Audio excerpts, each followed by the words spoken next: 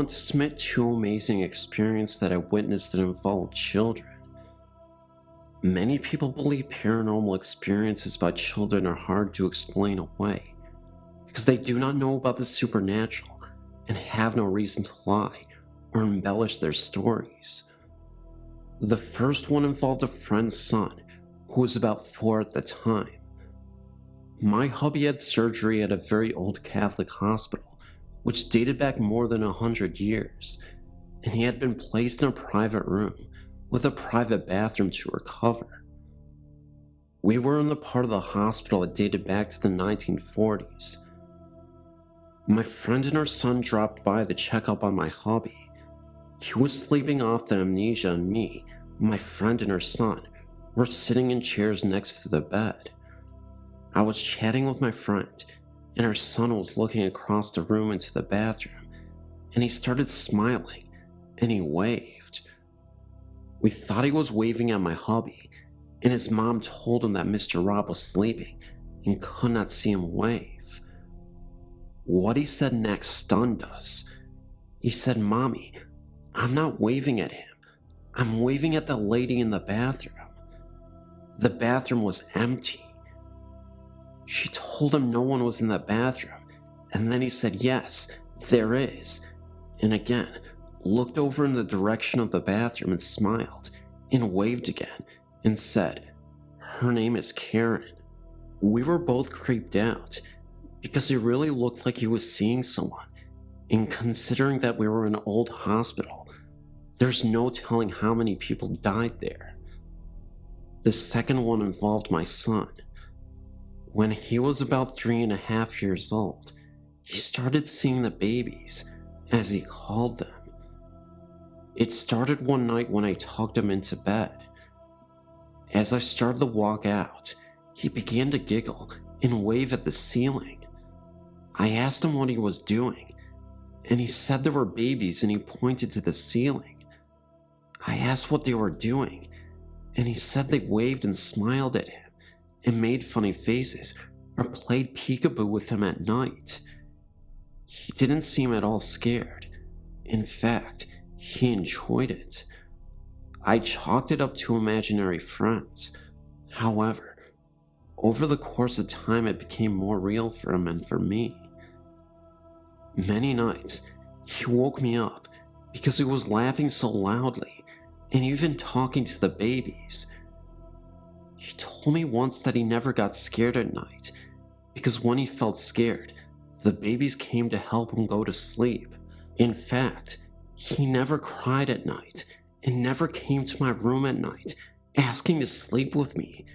Those of you with children this age know this is amazing.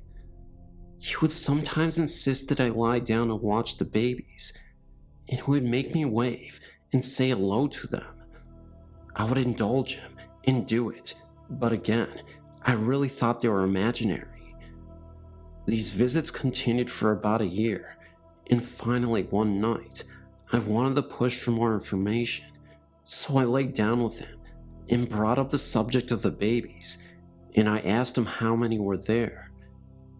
His answer made me both very happy and sad. He said, "There are 4, and they said they know you, Mommy." The reason this was so shocking was that what my son did not know, of course, was that I'd suffered 4 miscarriages before we adopted him. I was happy that the babies had come to let us know they were okay and happy, and that they liked their adopted little brother so much, and took care of him by comforting him when he was scared at night. Sad, too, because I could not see what they looked like, but I believe one day I will meet them. My son continued to see the babies for about another 6 months, and then one day, he told me as he was getting into bed that the babies were finished. I asked what he meant, and he explained they were finished because he was a big boy, and he could go to sleep by himself now.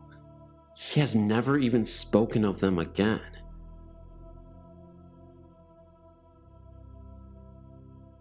When I was about 15 years old, my dad became the manager of a pub. I won't say the exact pub, as he does not run it anymore. The pub is located near Sheffield in England and is on a county road. The pub is converted from a farmhouse and barn. To get to the pub, you come off the country road and follow a small track only about a half a mile until you reach the car park. The first night we stayed there, we all slept in rooms as the pub was also a small hotel with about 6 rooms spread over 2 floors. The first night, I stayed in room number 3. When we started to go to bed, the family dog wanted to come into my room, and it laid on the carpet and would not move, even when my dad was shouting at it to leave. The dog did eventually leave to go and sleep in the corridor, but soon after my dad closed his door, I opened mine again to let the dog in. Now, this dog is a Rottweiler with a head as big as a boulder, but the poor thing could not get any closer to me and really did not want to be on its own. I should mention that my parents divorced, and at the time, I only saw my dad on the weekends. So the next time I went to stay there, I stayed in room number 4, just to set the scene. If you come out of room number 4, to the right is an emergency exit with a push bar to open the door, which leads to the fire escape stairs, and to the left leads to a staircase, which leads to my dad's room and a spare room that was not being used at the time for little more than storage. Eventually, around 3 a.m.-ish, I turned the TV off but kept the lights on. My dad started leaving the dog in the pub area downstairs and blocked the door leading up to the bedrooms. I think he didn't want the dogs in the bedrooms, as he wanted to start letting guests stay in the rooms. I was not comfortable at all in the room. I did not want to turn the lights out, and I tried to keep watching TV. Eventually, around 3 a.m.-ish, I turned the TV off, but kept the lights on. My dad had started leaving the dog in the pub area downstairs and blocked the door leading up to the bedrooms. I think he didn't want the dog in the bedrooms, as he wanted to start letting guests stay in the rooms. Anyway, the dog was going crazy, barking non-stop. I was far too scared to go down and see what was up.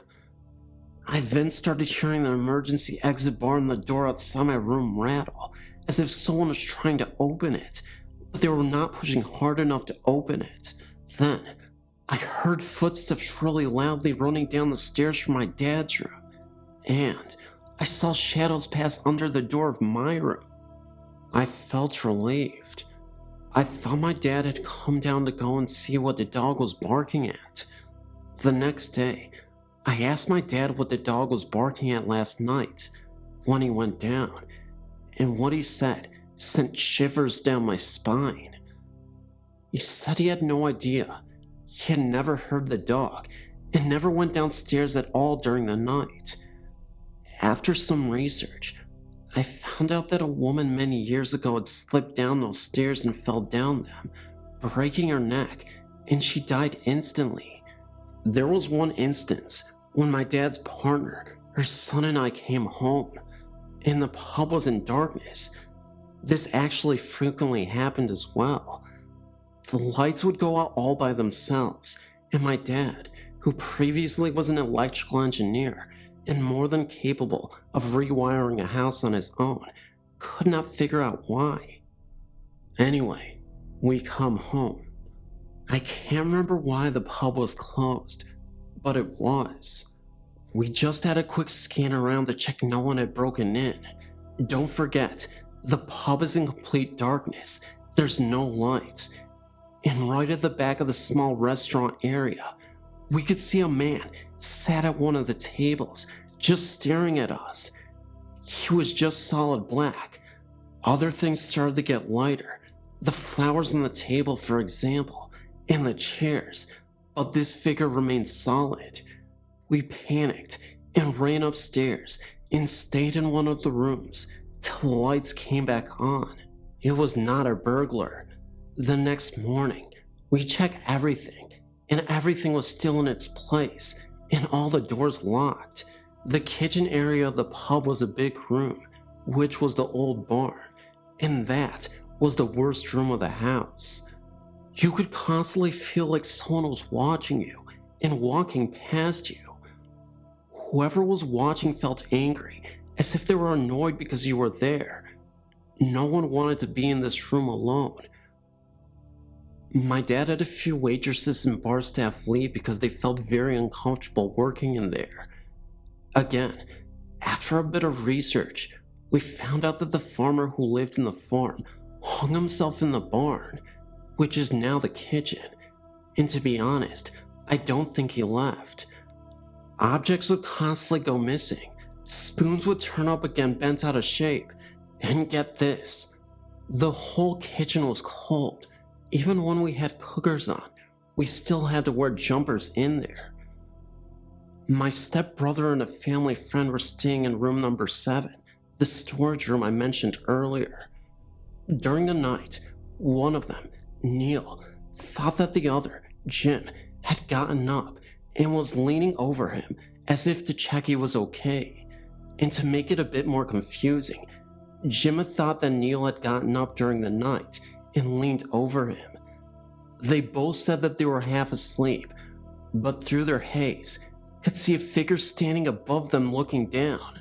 A few other things happened, such as a football came rolling down the length of the pub to where me and my stepbrother were sitting. It literally then stepped on the spot, about a foot away from us. No one else was in the house. The back door to the pub was locked at night, but every morning we would find it open, but the lock was still in the locked position. The actual bar that locks into the socket was still sticking out. There is no way it would have opened. The lock was new and undamaged, but this kept happening. This happened about a month before my dad moved out. Anyway, my dad eventually gave the pub up. His partner didn't want to stay there. The dog was never the same. It became a very tame dog, but it did start to get a little better after my dad moved out.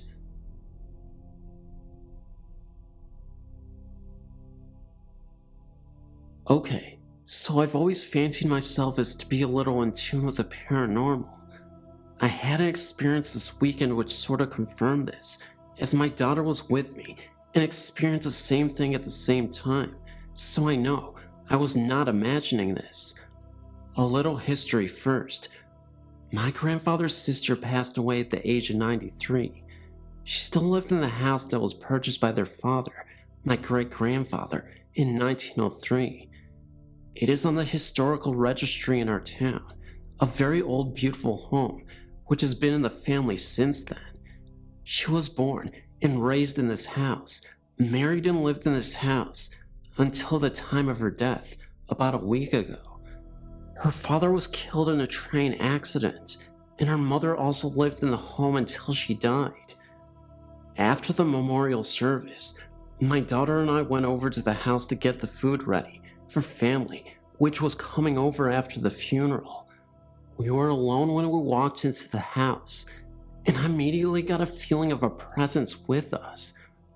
My hair stood up on my arms, and I really felt like somebody was in the room with us.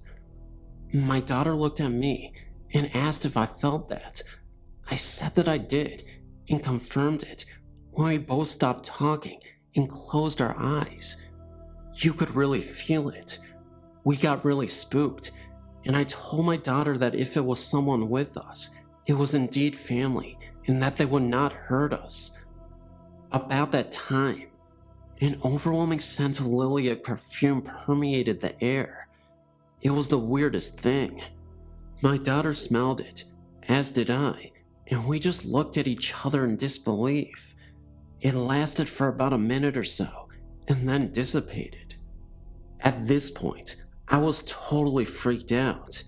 I called my aunt in Texas and told her what happened.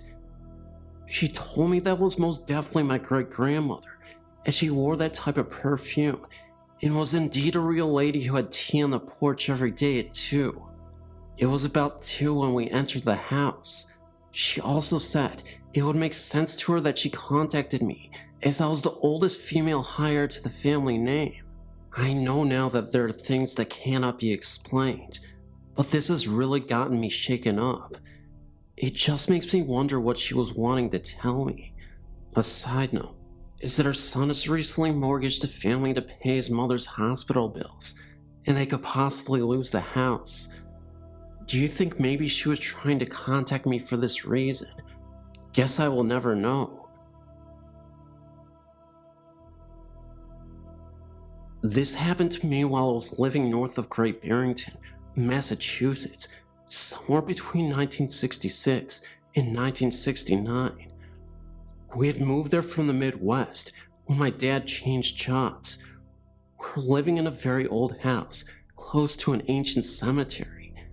The house was 3 floors, not including the basement, enormous, and once had a vandrel all the way around it. The attic was huge, dark and mysterious, all floored with rough floorboard. It had a tiny window near the chimney and a trapdoor in the ceiling leading out to the roof. My parents forbade me and my siblings from going up there and never told us why. My bedroom faced south, the front of the house. It was the only occupied room in that upstairs wing. At that age, I was between 12 or 14 years old.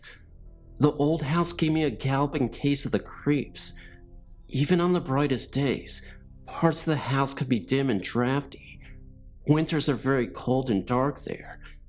At that time, the house was heated with forced hot water that came up from the basement furnace. As the steaming hot water traveled its way all over the house, through copper pipes and baseboard radiators, the noise was phenomenal. There were only 4 thermostats for the entire house, so at the far end of any hallway, there would be a sharp cracking, banging noise as the cold pipes and surrounding woodwork expanded with the inflow of heat. In the middle of a cold, dark, windy night in January, the sound could wake you out of a sound sleep, heart pounding and hair on end, as it echoed all over the dark house and up the staircase. Their church down the street had an ancient clock tower that struck every hour, adding to the strangeness. Sometimes, I would awaken with the start in the middle of the night, feeling as though someone was watching me as I slept. It would be a long time before I could go back to sleep. It was on one of these nights that I had a dream about a little girl, standing at the foot of my bed, watching me as I slept. I say dream, because to this day, I'm not sure if I was awake or asleep, having fallen asleep before this happened. She looked to be only about 8 years old, and had long, shoulder-length dark hair that was braided, plaited, and tied with ribbons in a hairstyle I had never seen before. She was wearing what looked to be a pale pink dress, so formal that it looked like some sort of party dress. It was pulled up at each side with large satin bows at her hips and all kinds of fancy laces, buttons, ribbons, and what looked like little puffy sleeves at the shoulders that went down to her wrists. The skirt stood far out, full on either side of her, and went past her knees. It looked as though she was wearing lacy pantaloons, white stockings, and old-fashioned little shoes, like slippers. She held her hands folded, cupped over the other, on her waist. The overall effect would have been very beautiful for a little girl, but what struck me were her eyes. They were large, dark, and looked like she had circles under them. She was so thin, and her face didn't look at all healthy. I could see her cheekbones. She was not smiling. She was very serious and sad. She just stood there, watching me. I was too afraid to say anything. Then she slowly bowed and made a slow, graceful curtsy. It was a beautiful gesture, like something a ballerina would do. She slowly stood erect again, slowly walked to the closed door, turned its knob, and went silently out into the hallway outside my bedroom, closing the door behind her. That's all I can remember. Long after this, I was outside the house, almost directly below my bedroom window, where that massive veranda had once been. There were low-growing coniferous bushes of some kind. I was exploring around when I tripped and turned my ankle. I sat on the ground where I fell, rubbing my ankle and trying to find the rock I'd tripped over so I could dig it out and get rid of it. The rock was large. As I dug away at it with a stick and kept digging deeper, the rock kept going down and stopped about 8 inches under the earth. I dug all around it and realized it was a tombstone, about 18 inches long by about 10 inches across and maybe 3 inches thick. I was able to lift it up and check both sides of it. The surfaces were blank and laying face down under about 4 inches of soil. I left it alone. My parents said they didn't know anything about the tombstone, so I decided I wouldn't tell them about the little girl in my dream either. It was about this time I decided to try and figure out why they didn't want us up in the attic. I went up there when no one was around to try and see what I could find. There was absolutely nothing up there from what I could see by the dimness of the one bare light bulb that switched on with the pull chain just within my reach. I'd also brought a flashlight so I can see into all the corners. Nothing was there. I was about to leave when I noticed something sticking up out of the insulation material that had been put there decades ago for the ceiling of the floor below. I dusted the layers of debris off of it and, stifling a coughing fit, looked closely at what was in my dirty hand. It had once been a hat box covered in rich yellow silk. The remains of a crushed hat in what I now realized was a Victorian style was still inside. It had been richly covered in the same shade of yellow, almost golden silk flowers. It was designed to fit a little girl. I went farther into the corner and found nothing else, but my foot scraped the heavy dust and uncovered something lying flat on the wooden floorboard. It was a round metal circle, with more round metal rings inside of it increasingly smaller diameter to the very center, which was open. It was an open space, about 10 inches across. There must have been more than a dozen of these graduated metal rings, each separately covered in what had once been white cloth and sewn with 4 long pieces of heavy cloth tape from the outer ring to the smallest ring in a large X. I had no idea what it was. I put both things, the crushed hat and the hat box, and the strange ring thing, back where I found them. Sometime after that discovery, my parents were at an antique store in Great Barrington to look at furniture.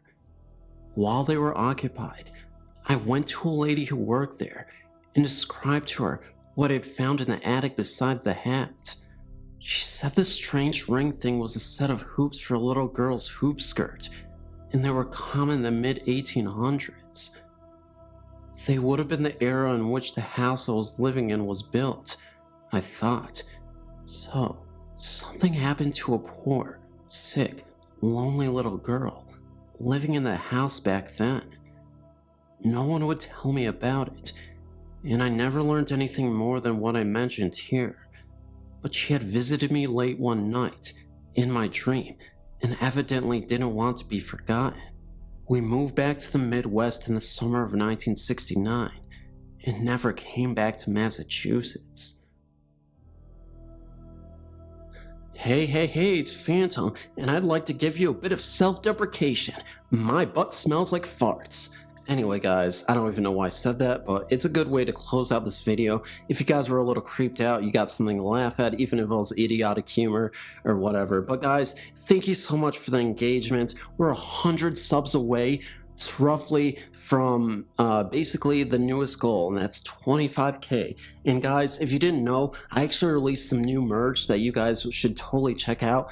It should be right under the video, actually, if you want to check it out. A new design with like a skull or a Grim Reaper, created by a talented artist. But guys, thank you so much for actually, continuously supporting the channel, as I said. In the comment section below, let me know as usual which stories you love the most. I love all your engagement. I just love hearing from you. So even if you write something that's completely nonsensical like I do in my outros, well, I'm not writing, I'm speaking, but you guys get the point. I'll always love it all the same, and it really helps push the channel to extraordinary heights, I guess. But guys, thank you so much, and I'll never stop saying thank you. Now let's get this video out to everybody so we can hit 25K and we can all enjoy the stories. Love you and see you in the next video.